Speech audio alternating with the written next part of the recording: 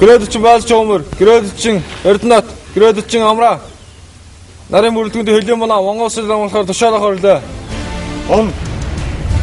Манай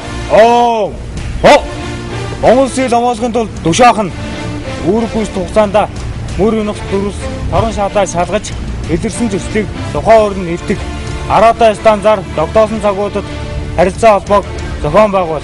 Манааны ахлагч Байлдагч Уганбаяр. Тушаалаас асуух зүйл байна уу? Аруу дэш. Хэрэг. Монгол улсыг хамгаалахад марш.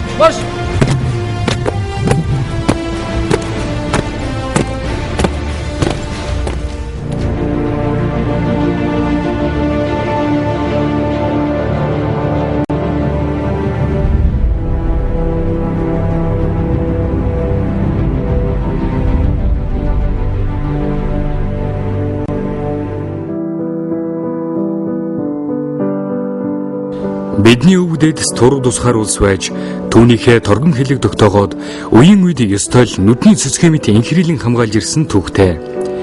Энэ бол эх орны минь алтан дээс халдшгүй дархан хэл.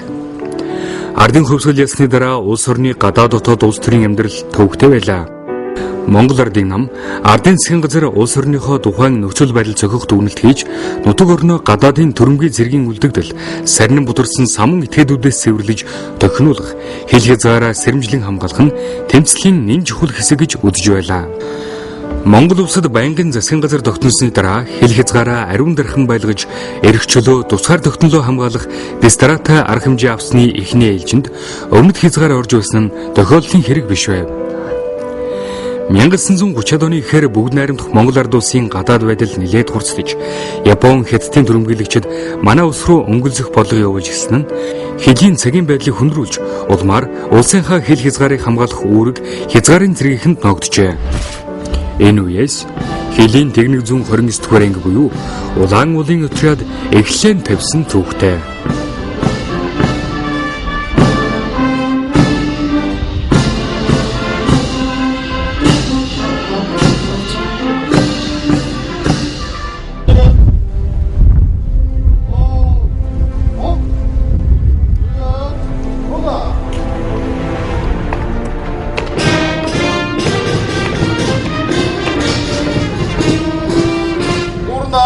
Монгол улсын баатар ахмад сандан жамсын тагд оржийн нэмжид бидний техник 20 дугаар ангийн мөрөд төв бэн жагсан. Штаан дарга тэд уранда Батгэр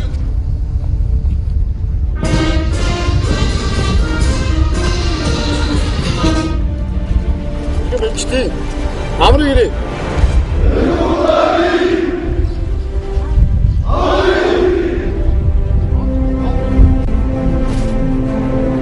Монгол улсын баатар самдан жамсын лав дөржин нэмжид хэлийн техник 129 дугаар ангийн 80 жилийн ойд зориулв.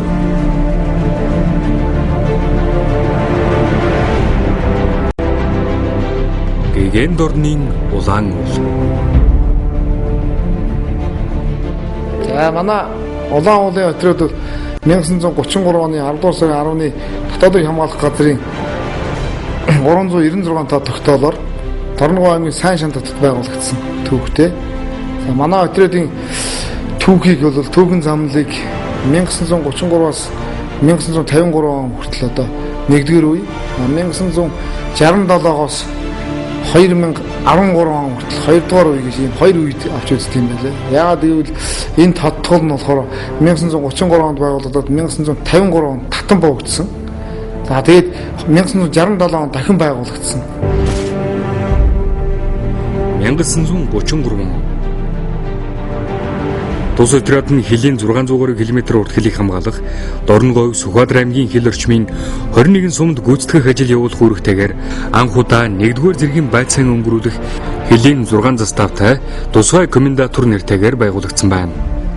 Байгуулагдсан цагаас хойш 10 сарын дараа Дорногов аймгийн Хилийн тусгай комендатор болж улмаар хилцэн Хилийн заставуудыг биечлэн удирдахад аслагдсан хол бэрхшээлтэй байсан тул Эрдэнэ сумын нутаг Эрдэнэовоо гэдэг газар нүүлгэн шилжүүлж Өмнө Говь аймгийн Номгон уулаас Аршаант хүртэл 377 км урт Хилийн хэсгийг Солин хэрийн 21-р сум ба Замын үүдийн 11-р хорооноос хүлээн авч 1-р зэргийн байцаан өнгөрүүлэх нэг Хилийн 6 заставтайгаар ажиллаж эхэлжээ.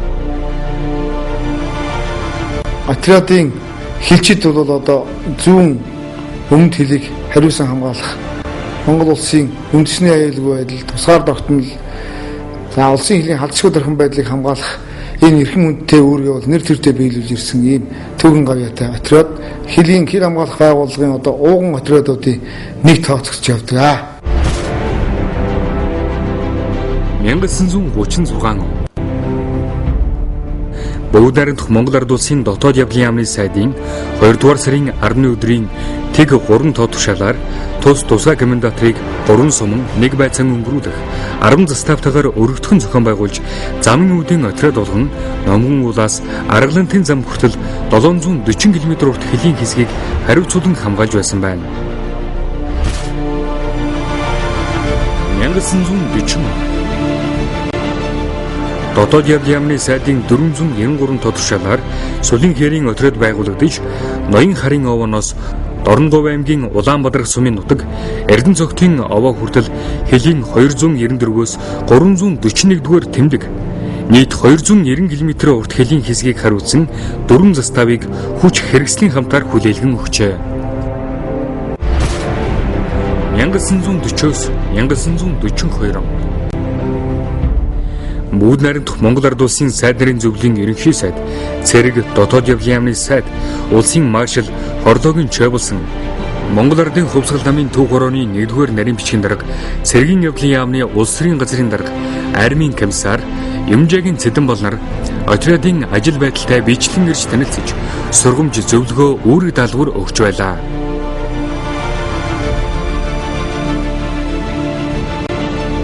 Дээрх онуудад харийн түрэмгийлэгчдээс Дорногов аймгийн Хилийн чиглэлээр зэвсэгт халдлаг үйлдэж, тагнуул хорлон зүйтгэх, тагнан турших ажиллагааг 30 гаруй удаа явуулсныг манай хилчид даслан зогсоож, тухай бүртэн шид эмгээ зохилд няцаалтагч байв. За 1933-аас 1945 онд одоо манай отряд эх орныхоо дархан хилийг хамгаалах үйлчлэл одоо баатарлаг гавьяанууд байгуулж байсан ийм уламжлалтай төвхтэй юм байлээ. Тухайлх юм бол 1933-аас 45 онд манай отряд ийм хариуцсан хэсгээр 1500 гаруй хил зөрчилийг илрүүлэн саатуулсан ийм одоо түүхэн гавьяа байгуулсан одоо тоо баримтууд бий.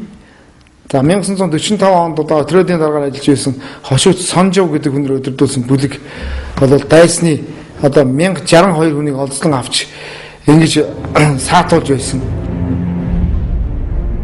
1942 оны 4-р сард Үзүүр усны заставын дарга дэслэгч Лавд орж, байлдагч Базар садын хамтаар Хилийн манаа шалгаж яваад тус улсын хилд ухуулга бичиг, хүний зураг янз бүрийн арх тамхи хаях зорилготой хил зөрчиж явсан Японы тагнуулын 2 этгээдийг элрүүлэн, эрлэх зориг авхаал самбаа гарган зориг шийдвэрт ажиллаж, амьдаар нь баривчилсан амжилт гаргасан явдлыг өндрөөр үнэлж, Бөгөөд найрамдах Монгол Ард улсын баг хурлын тэргүүлэгчдийн тогтоолоор дэслэгч Лавд оржийг Алтан гадас одонгоор шагнасан байна.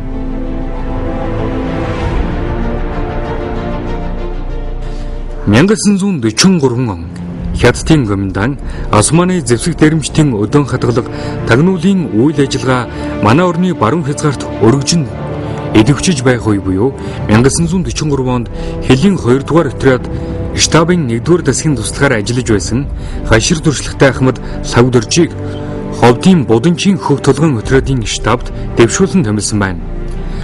Лавд орж 1948 оны 6 дугаар сард баруун хязгаарт их баг хавдаг мэрэгэн уулын орчимд Османы дэрэмчидтэй тулалдаж эх орныхоо тусгаар тогтнол хил хязгаарын бүрэн бүтэн байдлын төлөө алтан амиан зориулсан юм. Улсын баг хурлын тэргүүлэгчдийн 1949 оны 1-р сарын 20-ны тогтоолоор Ахмад Лавд оржийг Бөгөөд найрамдах Монгол Ард улсын Баатар цолоор нэхэн шагнасан юм.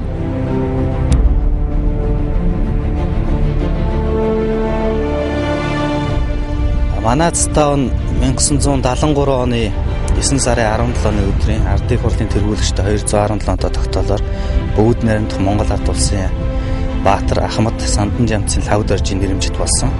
За үе үеийн хилчид бид Монгол улсын Баатарын нэрэмжит стафт алав ааж амьдарч алба үйл ажиллагаагаа явуулж байгаадаа харахаж явдаг.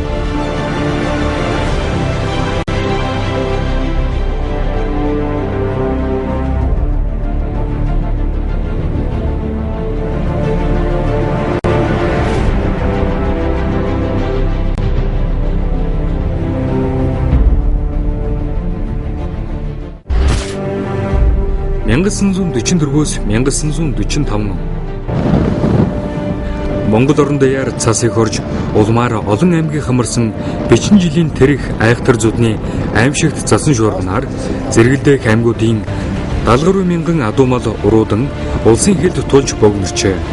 Энэ үед Дорногов аймгийн Баян мөнх өргөн сумын нам захиргааны байгууллага Хилийн отряд заставууд сумын хөлмөрчтэй хамтран шуурган дуруутсан малыг улсын хэлд агуулгыг тогтоон барьж байсан түүхэнд их говийн зөрхнүүд хэмээн тэмдэглэгдэн үлдсэн байдаг.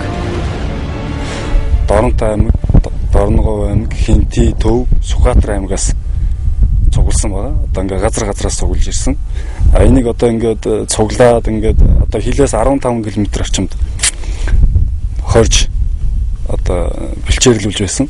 Тэгээд 3 сар хугацаатай бэлчээрлүүлэх хугацаанд одоо аймагаас ирж авж исэн боловч нэмж одоо адуунууд маш ирж исэн. Ямар нэгэн байдлаар урагш нь хил гаргасан тийм юм нэг ч адуу байхгүй. Бүгдийг хорж одоо тогтоосон ийм баатарлаг үйлс тогтоосон.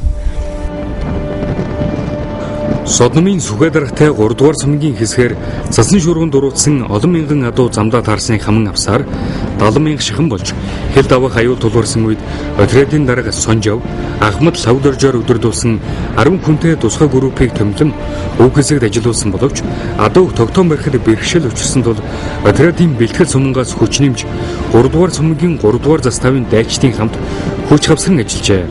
Дорногов аймгийн Баян мөнх сумын захиргааны дарга Балдан 40 гаруй хүмүүсийн хамт бүтэн 7 хоногийн турш өдөр шөнөгүй шуурсан засан шуурган дундуур хүчин зүтгэсээр хэлчид малчид орон нутгийн иргэд малыг хэлд агуулгыг тогтоож чаджээ.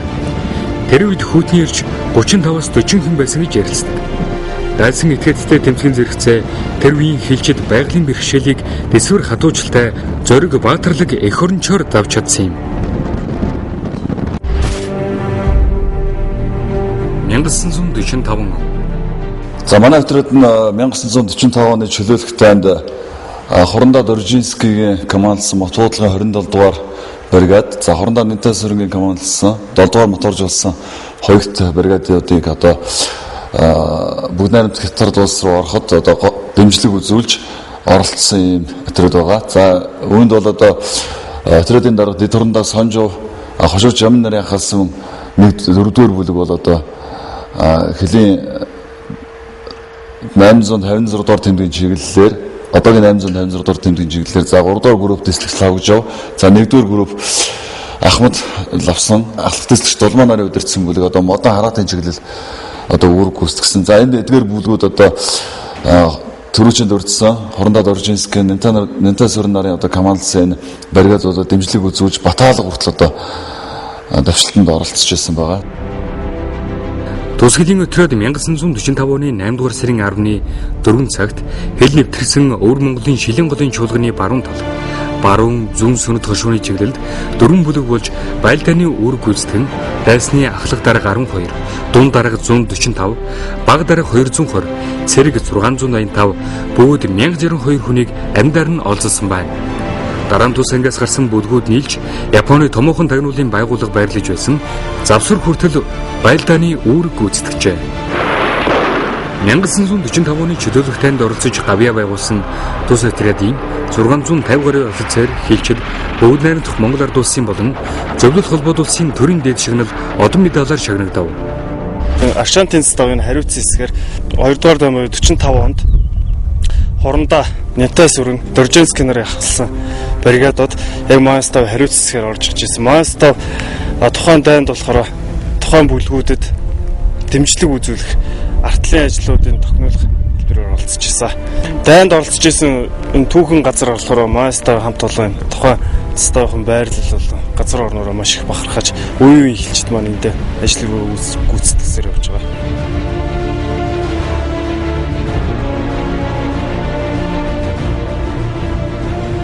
(1945 оны 8 дугаар сарын 14-нд Хятадын Гоминдааны засгийн газар Зөвлөлт холбоод улсын засгийн газар дэлгэсэн нотондоо Монголын тусгаар тогтнолыг одоогийн хэлээр нь зөвшөөрөн хүлээн гэдгээ дэлхийд дахинд 24 жилийн дараа зарласан байна. Энэ нь Монголын ард түмний хувьд асар том амжилт байсан юм. 45 онд одоо чөлөөлөлт танд маш амжилттай орж үүрэг амжилтаа биелүүлсэн. За ингээд үүнээс хойш одоо маш олон хэл зөрчигч, хэлийн зөрчлүүдийг, хэлийн тулгуурлалтуудыг одоо амжилттай сүрэн зогсож ингэж тэмцэж харж чадсан байдаг. За энэхүү одоо амжилтуудыг одоо үнэлж төр засгаас манай отрядыг 1949 оны 12 дугаар сарын 21 дахь талаар Сталины нэрмжтэй болгож ирсэн юм түүх байдаг. 1962-оос 1963 1960-ад оноос олон улсын харилцаанд үйл ихтгэлцэх уур амьсгал бий болж хүйтэн дайны бодлого явагдаж үзэл сурталын төвцөл хурцтав. Энэ үед Монгол улсын нам төрөөс өмнөд хэлийн талаар баримтаж байсан болгоно Өвд найрамдах хятад ард улстай тогтоосон хилэнгэрээ протоколыг биелүүлэх, хэлийн цэргийг дахин байгуулах, өмнөд хэлийн хамгаалтанд гол анхаарлаа төвлөрүүлэх, Монгол хятадын хил дээр зэвсэгт бүдлээн мөргөлдөөн дайн үүсгэх шалтгаан шалтгаан гаргуулахгүй байх олон улсын эрх зүйн үндэс болсон хэлийн дэглэмийн гэрээ байгуулан мөрдөхөд оршиж байв. Энэ үед Монгол улс бүгд найрамдах хятад ард улстай хилээ албан ёсоор тогтоон тэмдэглэсэн газар нутгийн маргаан гарахгүй байх нөхцөлийг бүрдүүлсэн юм. 1970 Ардын армийн хил халахлалтын анги салбаруудтай нуур хэмээн томьёолсон нэртэй хээрийн болон эрлийн сургуулийг анх удаа амжилттай зохион байгуулжээ. Улсын хилийн шугамын дагуу нийт хариуцсан хэсэгтээ мөр хянах зурвас татсан. Отряд анх удаа онц хэлчтийн зөвлөгөөнийг санаачлан зохион байгуулсан гэдэл улаан уулын отрядын түүхэн хуудас эргэсээр 1970 оны 11-р сарын 10-нд Өвд найрамдах Монгол ард улсын ардын хурлын тэргүүлэгчдийн 187 дугаар зарилгаар тус отряд оройн дээд сүлд онгон шүтэн болсон Вайлданы улаан төвтэй болж дэслэгч генерал Цэдэн ишин гараас гардан авсан байна. Манай отрядоос хилийн тэг 168 дугаар анги Солин хээрийн отряд, хилийн тэг 108 дугаар анги Замын үдийн отряд, хилийн тэг 184 дугаар анги буюу Сүхбаатарын онгоны отряд, за хилийн тэг 146 дугаар анги буюу Сүхбаатарын Эрдэнэ цагааны отрядууд бол бие даан байгуулагдж байсан юм бас одоо төвхөн гавьяатай. 1974 нийгмийг аюулаас хамгаалах яамны орлогч сайдын 10 дугаар сарын 28-ны өдрийн 211 тоо тушаалаар отрядын сургуулийн төвийн барилга байгууламж иж бүрнээр ашиглалтанд орж улмаар тус отряд 1974-өөс 1975, 1976-аас 1977 оны сургуулийн жилд тэрхүүн ангийн болцол хангажээ. 1978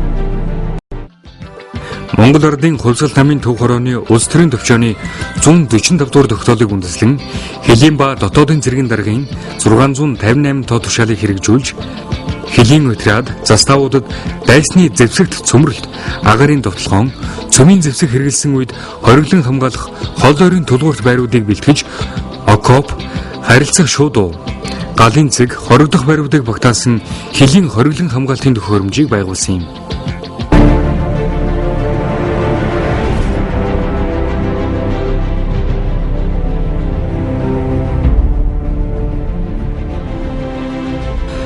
Ноён жилийн түүхтэй улаан уулын отрядын он цагийн түүхийн хүрд иргэсэ.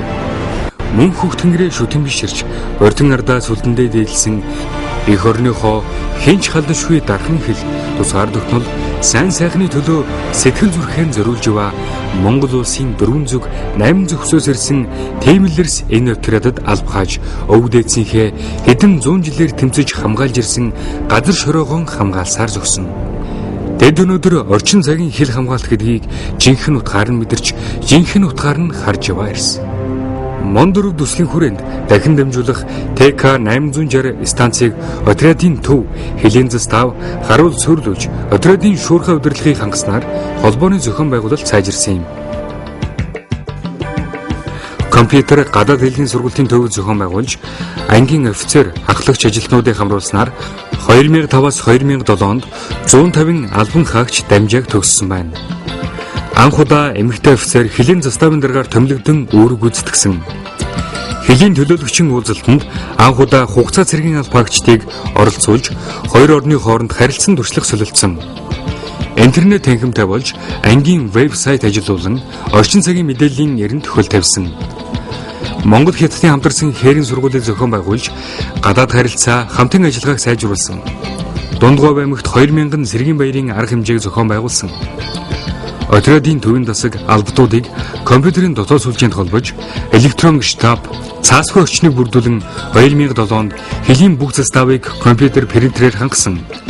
Мөн онд хил хамгаалтанд байршил тодорхойлогч GPS, Google Earth программуудыг анх туршин ашиглаж эхэлсэн. Ангийн барилал камерын хяналтын системийг нэвтрүүлсэн гээд 80 жилийнхээ түүхийн сүүлийн 10 гаруй жил гэхэд отряд өөрчлөлт байгуулалтын салхиар эмсгэлсэн он жилүүд байлаа. Гэрээт хилчний албанд одоо отрядынхаа бие бүрэлдэхүүн бүгд одоо шилжиж байсан юм түүхэн гавьяатай. За он гэрээт хилчний алба гэдэг бол 2007 оноос хил хамгаалах байгууллагад одоо анх их үүсвэр нь тавигдсан. Манай отряд одоо энийг анхлан хэрэгжүүлсэн юм отряд байгаа. Өнөөдөр одоо хил хамгаалах байгууллагын гэрээт хилчний албыг бол манай отряд одоо бүрэн хэрэгжүүлэн төгөлдржүүлж байна. За гэрээт хилчин гэдэг бол одоо мэрэгжлийн хилчтэйг бэлтгэж байгаа ийм одоо хэлбэр байгаа. Өнөөдөр манай гэрээт хилчт бол үүргээ амжилттай гүйцэтгэж байна.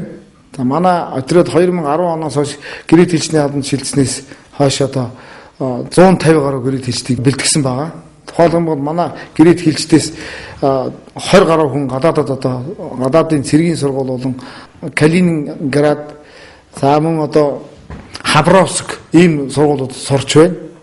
За энтхийг улсад мөн одоо хэлний сургуульд сурч байна. За дотоодод бол одоо хууль зохиолын их сургууль болон бусад иргэний сургуулиудад бас одоо 40 гаруй хүн суралцж байгаа. За мөн одоо 50 гаруй хүн бол хил хамгаалах байгууллагын ахлагчийн албанд орсон. Тэгэхээр бол гэрээт хилчин зайлшгүй хэрэгтэй юм байна. Хил хамгаалах байгууллага бол мэрэгжлийн зэрэгт шилжиж байгаа хэлбэр нь бол батлагдсан гэж үзэх үндэстэй юм байна. Тус отряд гэрээт хилчтэд сэргийн хэрэгт хос мэрэгших, хос мэрэгжил эзэмшихэд бүх талын дэмжлэг үзүүлэхээс гадна анхан шатны албанд дадлагжуулах, албанд мэрэгшүүлэх гэсэн 3 үе шаттай сургалтанд хамруулдаг. Гэрээт хилчний алба ханхны хугацаа 24 сар буюу 2 жил. Харин цаашид гэрээт хилчний хүсэлт отрядын даргын санал хүсэлтийг үндэслэн гэрээг тухайн иргэнийг 31 нас хүртэл сунгаж болдог байна. Гэрээт хилчтийн албаны мэдлэг, дадлага, бие бэлэр, мэрэгжлийн төвшин, өөр шалбарыг сорьсон шилдэг гэрээт хилчин 2012 тэмцээн анх удаага зохиогдлоо. Энэ тэмцээн улаан улын отрядын гэрээт хилчин дайчдын хувьд том шалгуур байсан ч тэд ялалт байгуулж түрүү магныг нь авч чадсанараа отрядынхаа түүхийн хуудсыг баяжуулж өгсөн юм.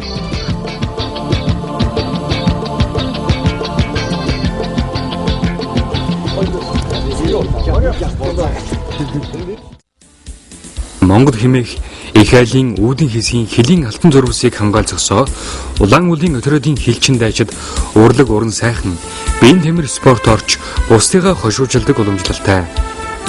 2010 онд хил хамгаалах байгууллагаас зохион байгуулсан хилчтийн урлагийн наадамд оролцож тэргүүн байр эзэлсэн бол 2011 онд хууль зүйн яамны 100 жилийн ой зориулсан урлагийн наадамд үндэсний хөгжмийн эхшиглэн хамтлаг, золбоод хилчит хамтлаг тус төрүүлсэн байна.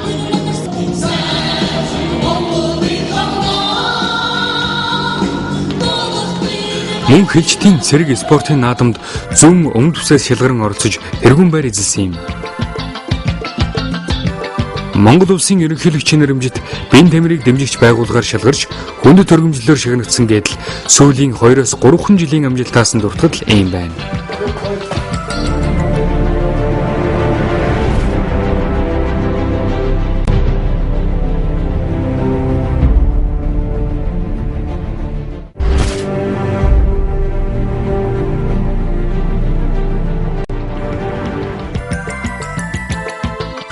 2013 он бол отрядынхны хувьд төвхөн он гэж хэлж болно.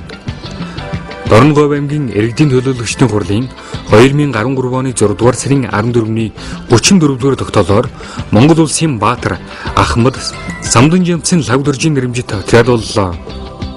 Ангийн зэрэгчээр ажиллаж байсан хурандаа зочин жав хэл хамгаалах ерөнхий газрын дарга бөгөөд хэлийн зэргийн командлагчаар дэвшин томилогдсон Сэргийн дээд цол бригадын генерал цол хүртлээ.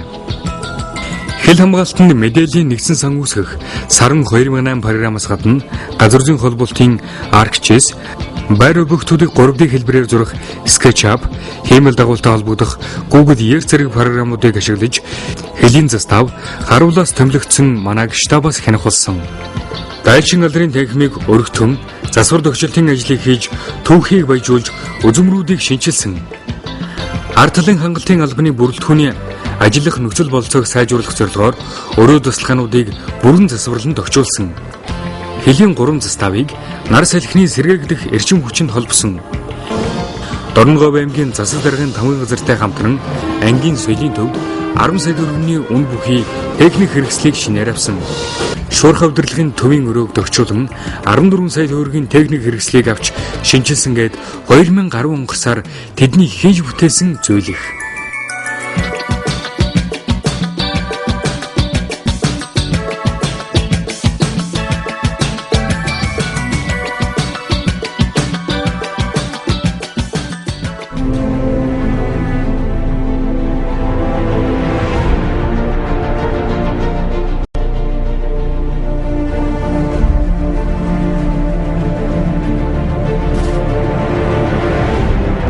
Гендорнын улаан үл.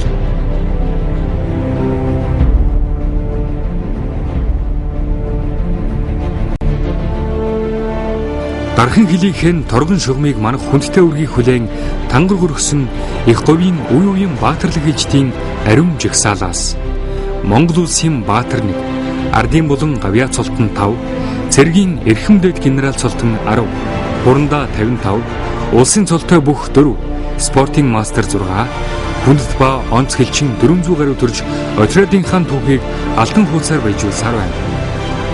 Ангиас төрсөн генералууд: Комиссар Бата, Комиссар Арвны Сүрэн, Хошууч генерал Мижид,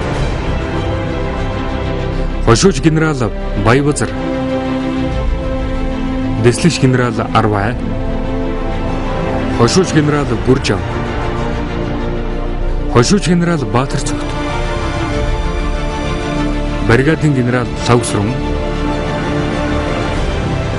бригадын генерал Сэргэлэн, бригадын генерал Лачинжав. Энэ оюун хүрээнд манай улсын одоо үнэт гол чиглэл хязгаарээс нь стратеги чиглэл ярьж явсан манай эх орны элгэн талаас нь хааж байдаг алдарт ангийн 80 жилийн ой болж байна. Тэгээд юуны урд бол одоо энэ ангийнхаа алдартай зөөрүүд, ахлагч нарууд, гэр бүлийн хүмүүсүүд бидэнтэй албашиж явсан манай анд нөхдүүд, Ахмад Дайшид, чөлөөнд байгаа хүмүүсүүд тэдгээрийн гэр бүлийн эцэстлийн халуун баяр хүргье. Ингээд энэ 80 жилийн ойг тохиолдуулаад Хэлийн цэргийн улаан үлдэх 029 дугаар ангийн одоо удирдлага нийт хэлчдэд баярын мэндийг хүргэе. Нийт ахмадуудаа баярын мэнд хүргэе. Аз жаргал сайн сайхныг хүсье. Дэлхийн 2 дугаар дайнд Батлан хамгаалах яамна шавдрын дав гэдэг хүн удирдлага дайнд явсан. Би араад ирс жолооч юугаар холбоочонгаар би тэргээ бариад Чика хотод би одоо аяндаа явсан юм аа. 1947 онд Хэлийн цэрэг байгуулагдахад 10 талын байдал хүндэрлээ гэж надад Батлан хамгаалах яамнаас намайг ачраад гадрыч таван дарга дөрмөн намжил гэдэг хүнээ тэргийг нэг сар бариад баруун хэдгaalт Батхуйг даргаж жолоочоор очив. Тэнд ажилласан. 47 48 онууд энэ товтойд би амраагүй шүү. тийм хүнд хэцүү үед алуу хаалт.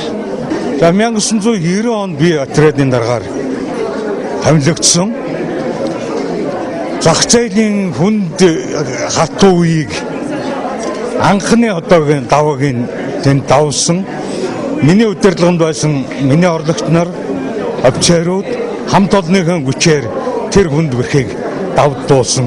Ингээд энэ баярын мэндийг нийтэлчдтэй, улаалчуудтай, дорногчуудтай хүргэжээ.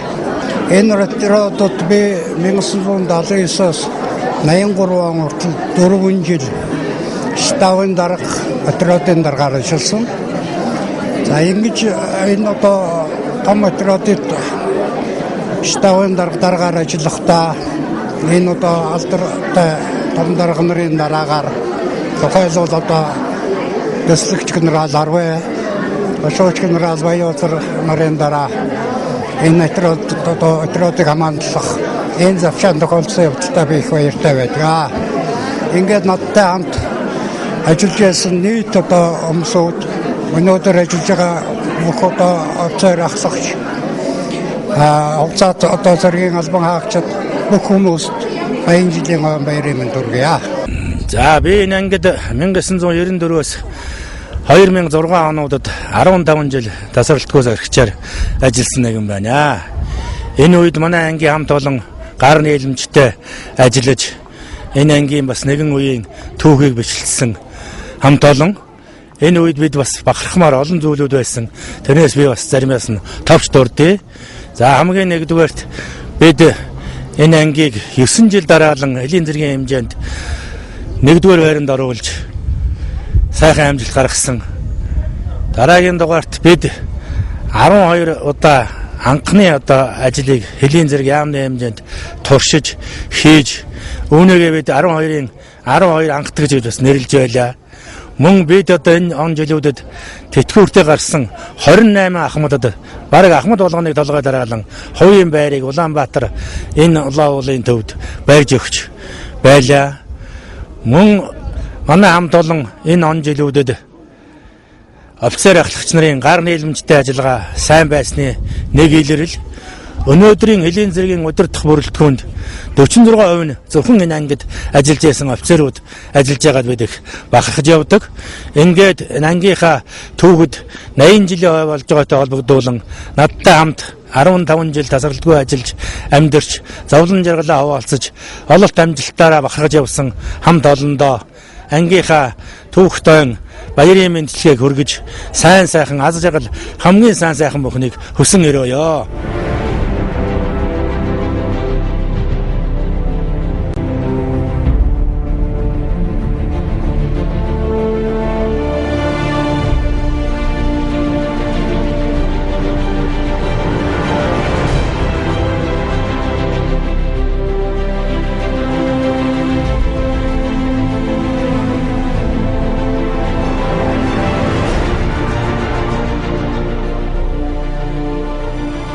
Одоо манай ангийн улаан уулаар овголж байсан үеийн хилчид, ахмад хилчид, за мөн генерал офицер ахлагч гэрээ тулан хугацаа цэргийн албаагч 5 хүндээ гэгээн дорны улаан уулын отряд үүсэн байгуулагдсны түүх 80 жилийн ойн мэндийг одоо уламжлая. Ингээд Монгол улсын хил халдшгүй дархан байд хилчтийн мэлмий одоо өргөлж соргог бахан элзүүдээ сайхан хэрэглийг өргөн дэвшүүлье. Та бүхний 9 цагаан хүсэл сэтгэлзэн бүтэж байгаа элзүүдээ хэрэглийг дахин дэвшүүлье.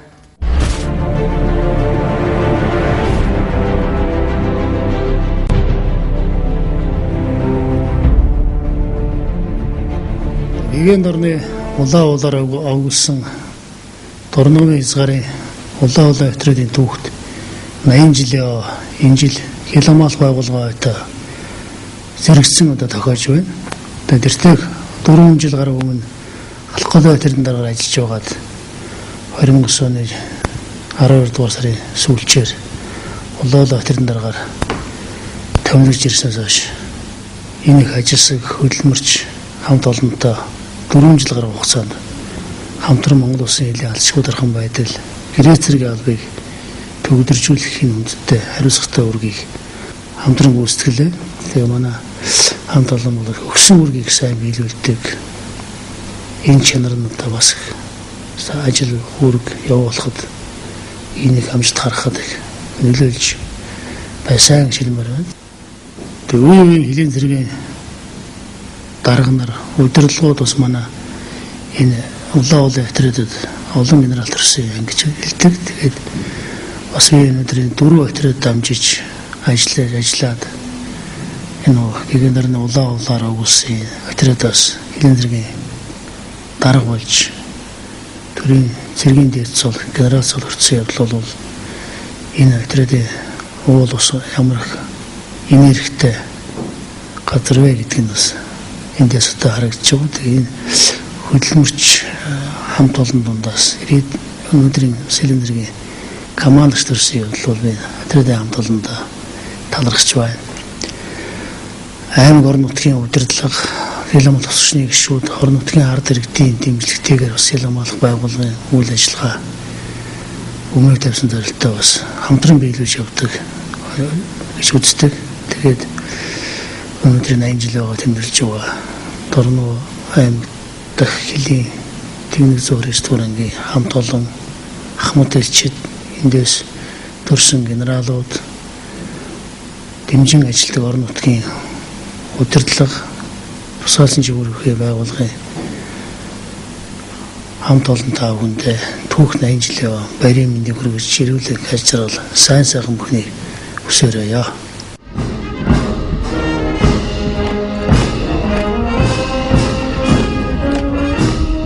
Харийн дээрэмчид хувьсгалын эсэргүүнүүд хөрш орны үймийн самуунаас төрөвсөд гадаад гүрний тагнуул дуршуулах зэрэгтэй өдөр шөнийг үйл ялган тэмцэлж дэлхийн дайны нүргэн жилүүдэд 1945 оны чөлөөлөх танд оролцсон мөнхийн гавьяатай хүмүүс бол хэлж ирлээ.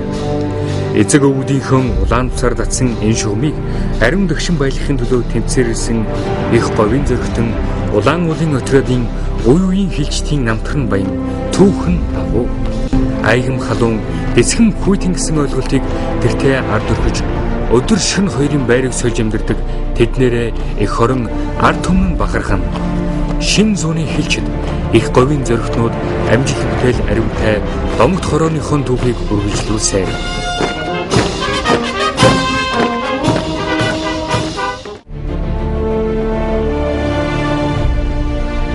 Элийн төлөө гэсэн их хоронч сэтгэл зүрхтэй өвөг дээлсээс улбаасан залгамж халааг өндөр төргөн яваа шинэ нэрний хилчин дайчдыг мянган жилээр улбалах их түүхийн үйлчлэл хийж байна.